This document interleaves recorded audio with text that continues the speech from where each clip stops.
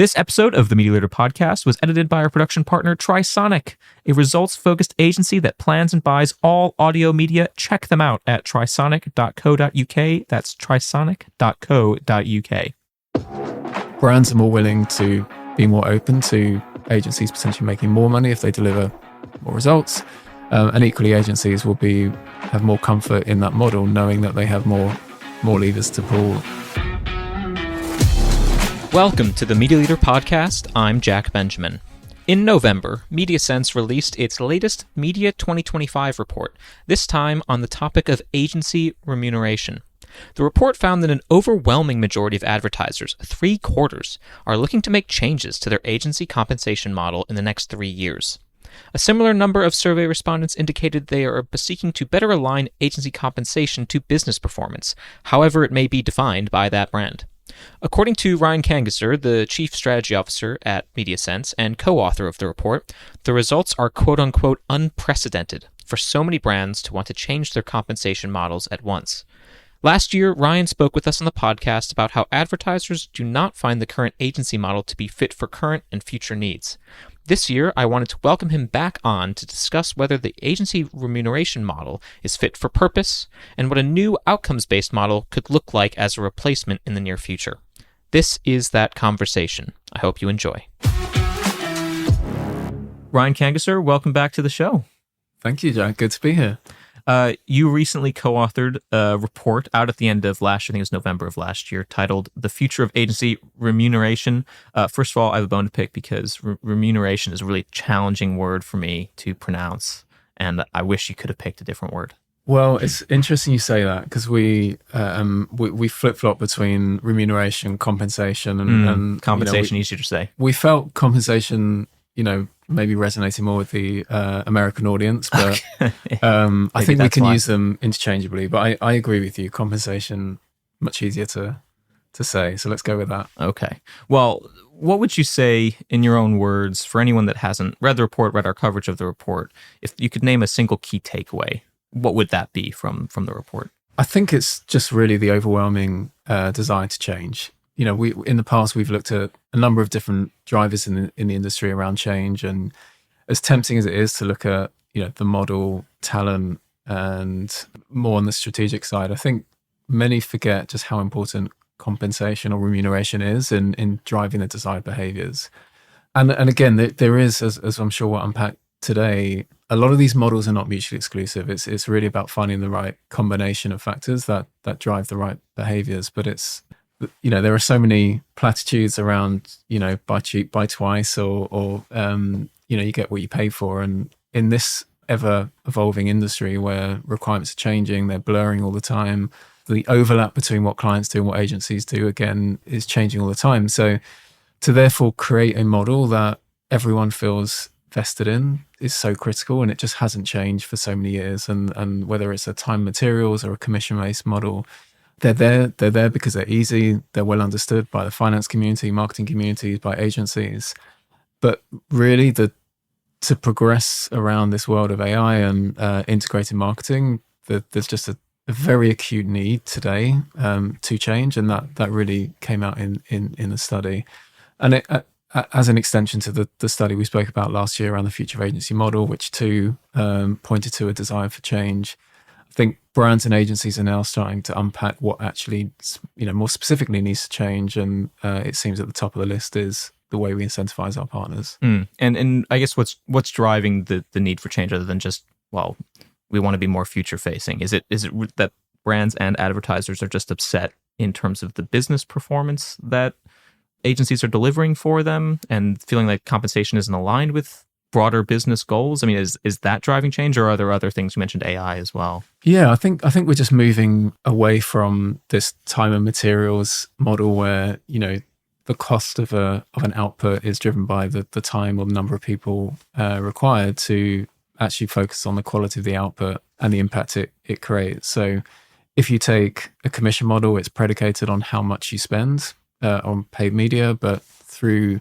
just this merging of paid, owned, earned, shared, it's much harder to draw the distinction between what is paid, what is earned, what is owned. And really, brands and agencies should be as agnostic as possible in where they place their attention, because you have through increased data sets and the role of organic and earned social, the ability to potentially deliver just as much impact through earned owned than paid. So let's not be kind of driven by one commercial model that over indexes on paid media when the solution may be something else. Now that speaks to commission. If you then take a time materials based model, if you for want of a better word, fixed or retainer, again, that's about volume of people. It's the kind of hours, the lots of potentially overlapping teams working together to deliver a piece of work. Now, in a world of AI, of course, you don't necessarily need as many people to deliver the same output. So much automation across just general workflow through some of the media buying platforms. So again, what you're paying a premium for potentially is the investment that agency has put in to build those tools, to build those routines, to deliver hopefully an incremental impact more than you could achieve with the number of people and hours expended. So you can clearly see the progress that's been made over the last few years, and yet we're still being brought back to, but how much, what's my commission and how many people do I need? And if we want, I think at the heart of this is the need for speed and agility. And if we want to move to that model, then we can't be held back by these somewhat antiquated models that are seemingly not moving with the times.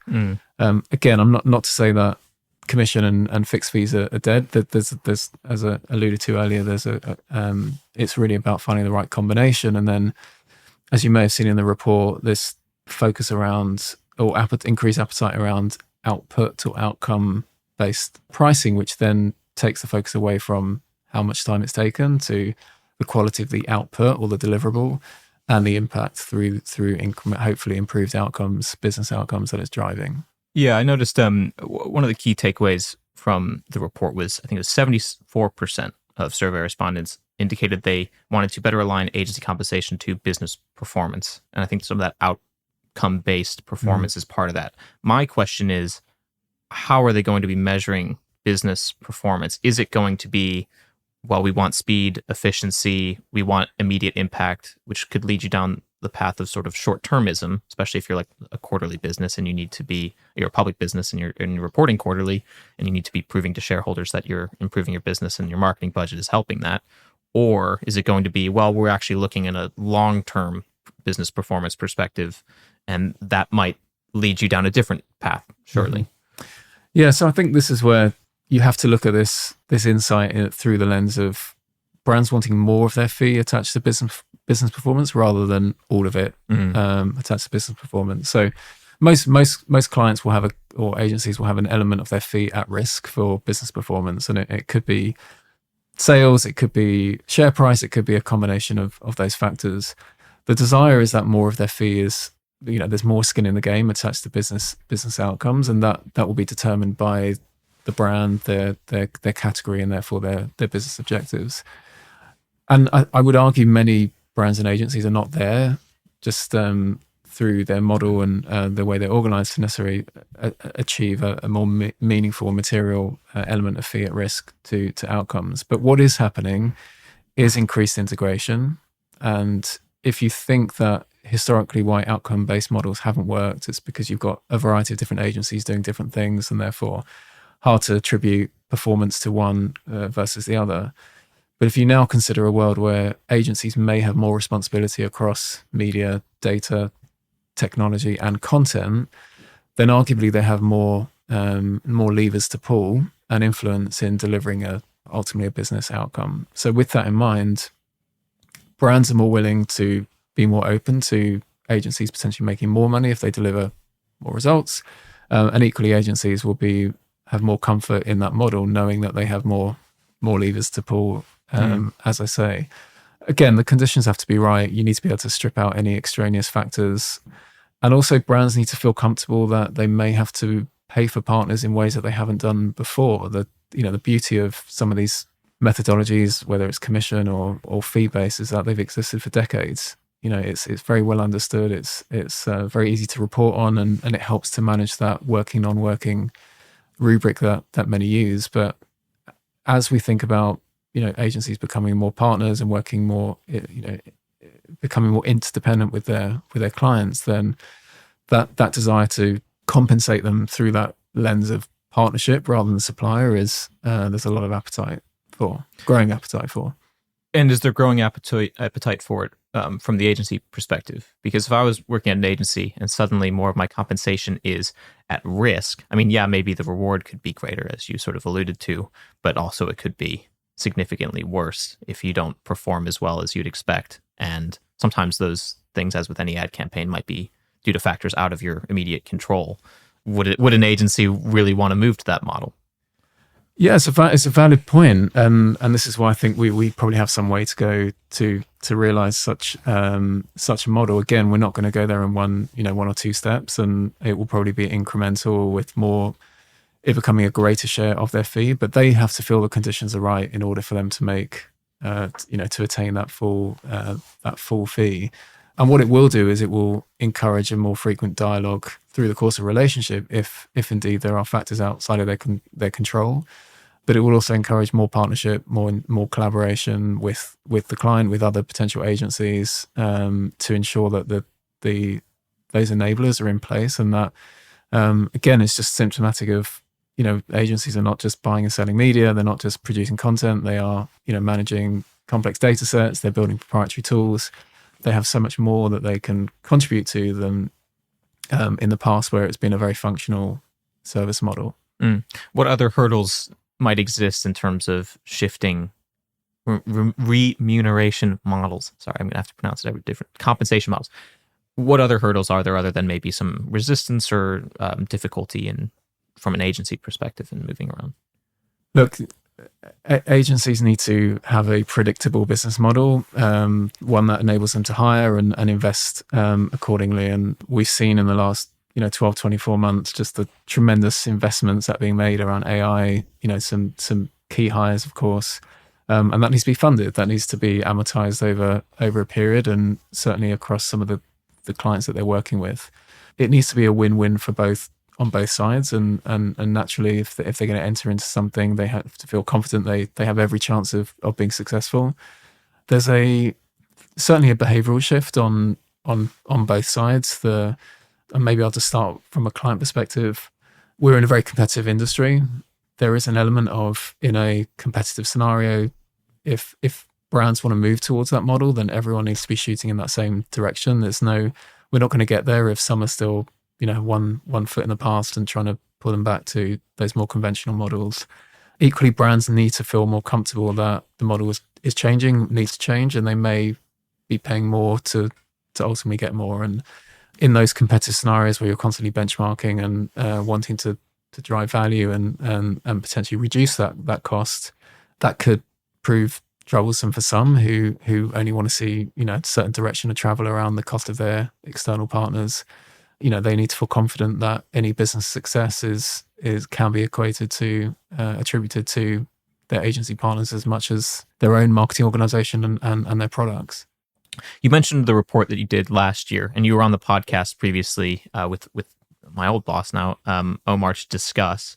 You spoke about how agencies were sort of needing to move to an a la carte service, that they were needing to make other changes in order to future-proof their business. Currently, I think you said something that currently agencies are at a buffet model, and they needed to specialize and change a little bit differently, change their offer at least. Have you noticed any shift in the past year since you were on that episode of the podcast that agencies are making changes to better address their clients' needs, which I imagine then will help in terms of any transition with regard to compensation? Yeah, absolutely.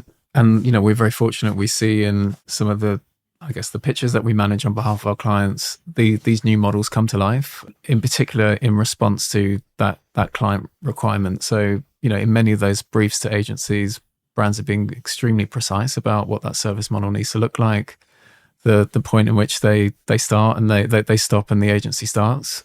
And in response to that, the service model is certainly evolving to that, as you say, that a la carte model, which is really to the at the level of detail by task and discipline, and by channel, the specific deliverables that brands expect of their agencies. And actually, the operating system, if you like, is malleable enough that both brands and their agencies can interact with that in a way where there's one source of truth. There's a common platform where they can collaborate around, and that's very appealing because for many brands working with multiple agencies, they're having to operate in different systems, different SLAs, and it's all as I touched on earlier, this need for speed is starting to manifest through just better, more efficient operating models with their agencies that are very much aligned to how they are seeking to work. And I think that the shift for agencies over the next 12 months is still addressing the silos that exist, and understandably so. Their brands are not siloed as much as they may have done previously. You look at how media is just evolving into, customer experience, consumer engagement. It's so much more than just paid media, and therefore they need to look to their agencies to be organized in similar ways. They want fewer, richer conversations rather than having, lots of people around the table talking about their respective disciplines.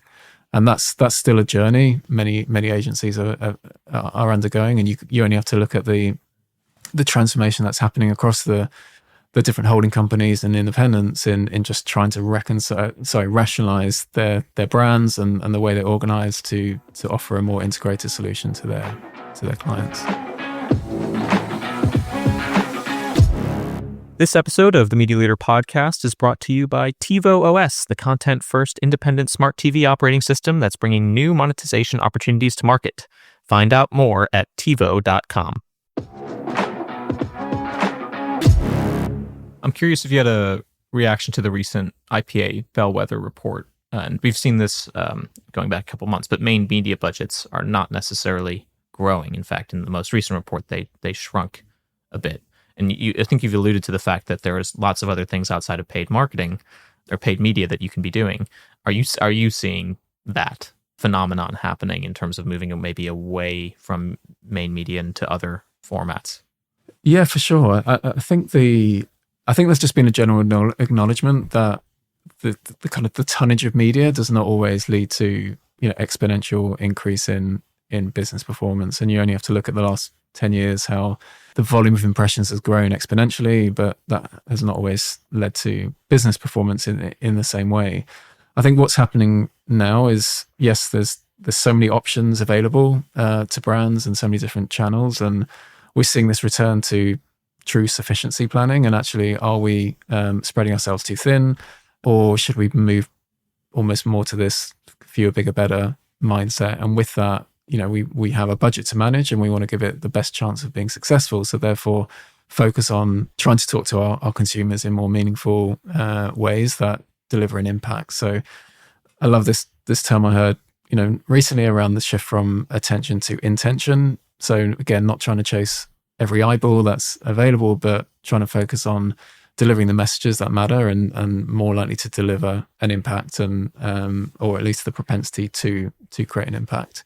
So with that, certainly, I'm sure for some brands, paid media is still very relevant, but as their general maturity and capability around data is growing, they have the ability to leverage that through owned, through earned, as well as paid. But it doesn't always follow that everything starts with paid and then the others are there to supplement. So, and that's not a bad thing. I think that the back to basics is even more so against this backdrop of AI and the idea we're going to just produce more content. Until we see that that's actually delivering a meaningful impact to the consumer, I think there's just going to be brands wanting to be more pragmatic with what they have. We saw also in some of the studies we've done how measurement remains maybe the biggest topic that keeps brands up at night. It seems almost with all this data, we're still no clearer to being able to really measure the impact of marketing on business. And as those voices grow louder, I think it's hard for marketers to justify spending more until they can really measure true efficacy, which, I think if I was the CFO, I'd be asking the same questions, and I'd be expecting the much greater clarity in this world of ubiquitous data and proliferation of choice. Equally, if I was at an agency, as an agency leader, I'd be a little concerned if my client feels like they can't measure the impact that our business is having, our services are having on their business, especially if we're moving to more of an outcome-based format for remuneration, right? So that tension, I'm sure, needs to be worked out and it strikes me as potentially a lot of friction there. One quote from the report that I thought was especially enlightening was from an anonymous advertiser, said, quote, "There is an inherent misalignment of goals. We want outcomes such as sales and profit. Agencies want to fill their capacity and bill hours without overburn." I'm curious how you reacted to that. Yeah, I mean, that was in many ways no surprise there, and that is symptomatic of this need for change, that the incentives are not wholly aligned, and certainly if you are an agency and you're charging a fixed fee model, you want to make sure you can deliver the work with as fewer people as possible. From a brand perspective, you want the work to be successful and deliver on the business performance. So again, that just really sums up this need for change and the need to bring those incentives together. As I say, change is going to be hard on both sides, and the reason measurement is so important is to almost catalyze that need for change. Then clearly we need to get much better at being able to measure true efficacy to then move to more of that outcome-based model. It's important to clarify, though, outcomes can mean anything. Outcomes can mean a business transformation. It can mean certain initiatives that an agency has to deliver on behalf of their clients, or some of the intermediated metrics that they may use. It doesn't always have to mean hard sales. And that's, again, I think, many brands are going through transformations at the moment, and they have so much change to deliver, and their agencies can be a critical business partner in accelerating that. You've mentioned AI a couple times, and I'm curious. I mean, I think there's an interesting talent question in terms of AI, not only in terms of how agencies and their employees are compensated, but also what the makeup of those agencies might look like if new talent needs to be brought in. And I'm curious, it seemed like from the report that clients were expecting maybe an increase in fees in the short term to pay for maybe new services, but over the long term, there's an expectation that fees might decrease because agencies become more efficient. Maybe they need fewer people on board. I'm curious what you think the future might look like in terms of how remuneration might be impacted by AI. Yeah, I think it's a really tricky one, this. And we were, to be honest, quite surprised in the study to see an appetite to increase fees, because I think naturally you'd think, if the work takes less time, it's going to cost less. But having seen the way these propositions are being articulated and obviously the outputs of the work, I don't think there's ever been a need for that strategic muscle to complement the advances in the technology. Now, I think net there invariably will be a reduction in fees, because so much of the grunt work, if you like, is going to be expedited through AI. But I think those who underestimate the need for that real critical thinking will do so at their peril. The many of these models obviously only as good as the data that's powering it. The outputs, again, are only as good as the interpretation of what it's churning out. And if it's making strategic decisions or creating content, then there needs to be that critical eye to that is really grounded in the business reality and the consumer needs. So I think that the future makeup, if you like, is obviously a combination of the technology and all the innovation to hopefully reduce a lot of the repeatable tasks and leverage all this ubiquitous data, alongside a real army of strategic thinkers, critical thinkers who can really turn that into meaningful insight and action. That which sounds like it requires a lot of upskilling, because at the moment there are a lot of grunts doing grunt work that need to sound like they need to be much bigger critical thinkers or strategic thinkers, and that seems like a big challenge for the industry to overcome. Yeah, it's a tremendous challenge, and I think it's everything we've seen over the last few years, ever since COVID, with the talent crisis that we spoke about. There's been this over specialization where people going straight into their silos and seemingly kind of hitting that ceiling quite early, and not enough of those transversal skills to enable people and agencies to be almost more horizontal marketeers. As I mentioned earlier, their clients are. That's how they're organized. They're expected to operate across all the different disciplines, and yet their agencies most of the time are organized in their respective silos. So when you throw AI into that and automation, it should hopefully help to make obviously a lot of those tasks go away and allow them to spend more time on the more strategic parts of the role. But to your point, that requires training. It's quite compelling to to leverage these tools and make one feel like they're able to get through a lot of work and be effective at what they do. But to be relevant in this new world, you need to be able to almost lift your head up above the parapet and be able to look at the entire marketing ecosystem and all the different touch points. You mentioned the talent crisis. It's been a topic that we've been discussing here at the Media Leader for quite some time. In terms of more recent news with regard to talent, there's been a lot of tension, it seems like, within agencies in terms of going back to the office more, WPP, getting more people back 4 days a week now. And I don't actually know the current number of petitioners that have signed against that policy change. I think it's in the several thousands at this point. You might know better than I.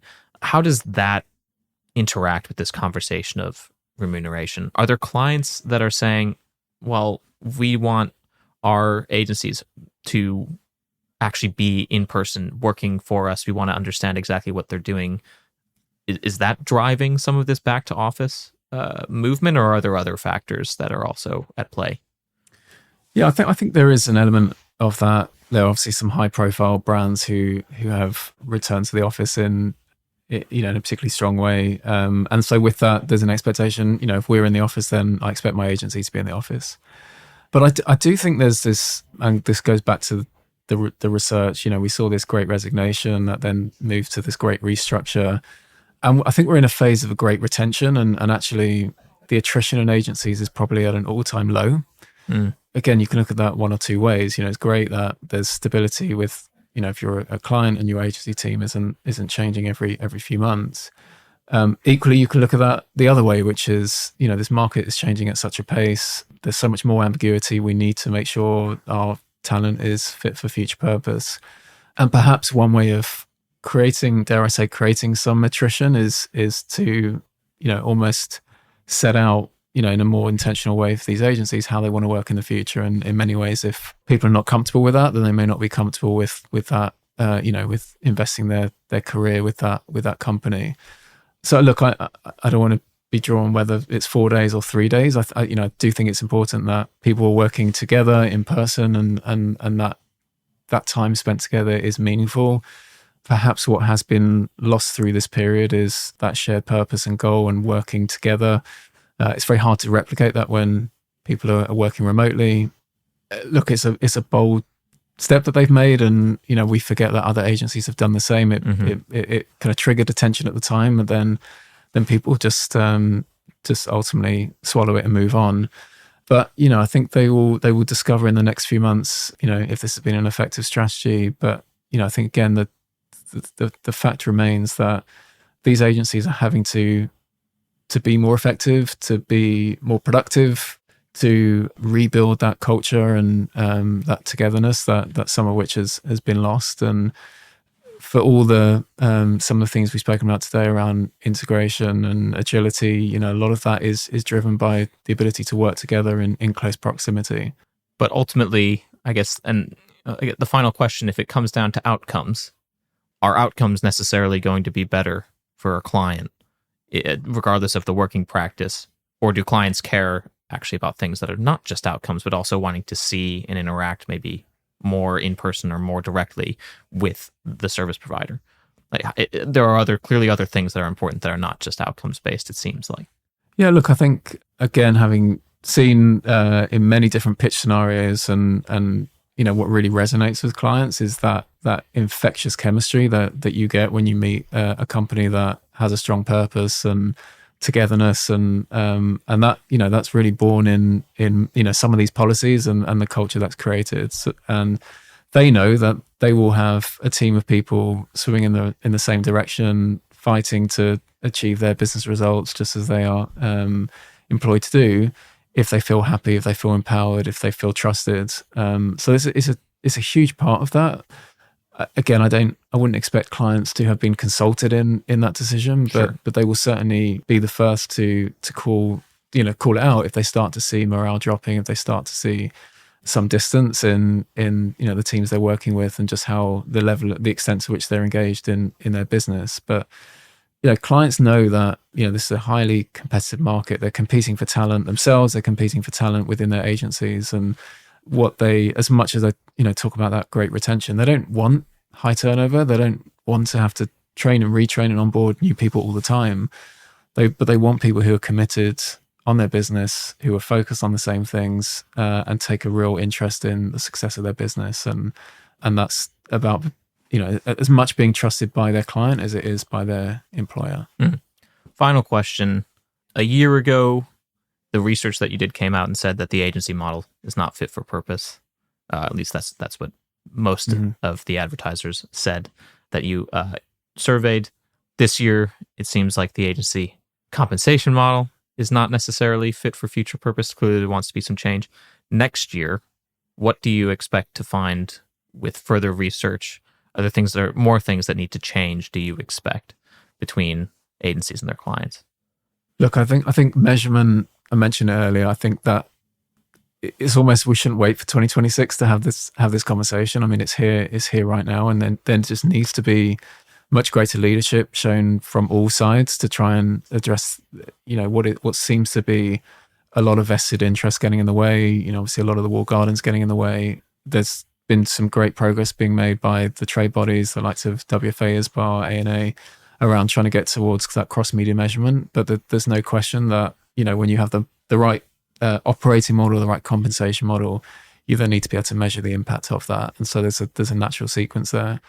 We're going to see over the next few months with the Omnicom IPG merger, how that progresses and the knock-on effect on the other holding companies and other independents. That's why I think that the agency model is still going to be a key topic of conversation over the next 12 months. It has implications, of course, for clients. Some may be looking for that greater simplification and integration, which is great news in many ways for them, that things may suddenly get a lot more simplified. But for many others, they value choice, they value flexibility, they certainly value talent, and they need to know that they have the opportunities to explore and find that talent wherever it exists. But we say as a business, I think that the three key topics this year are measurement, integration, and compensation, and I don't think they're going to be resolved anytime soon. Okay, well, we'll keep an eye out for when hopefully these problems do get resolved, or at least movement moves in that direction. Yeah. Ryan, thanks so much for joining me. No, you're welcome. Thanks for having me. Thank you for listening to the Media Leader podcast. Our executive producer is me, Jack Benjamin. Special thanks to our production partner, Trisonic. You can find all our episodes wherever you get your podcasts or on our website at themedialeader.co.uk. But do please remember to subscribe to be notified when we release our next episode. You can also subscribe to our newsletter at The Media Leader to receive daily coverage of all the biggest stories in media and advertising. From all of us at The Media Leader, I'm Jack Benjamin. See you next time.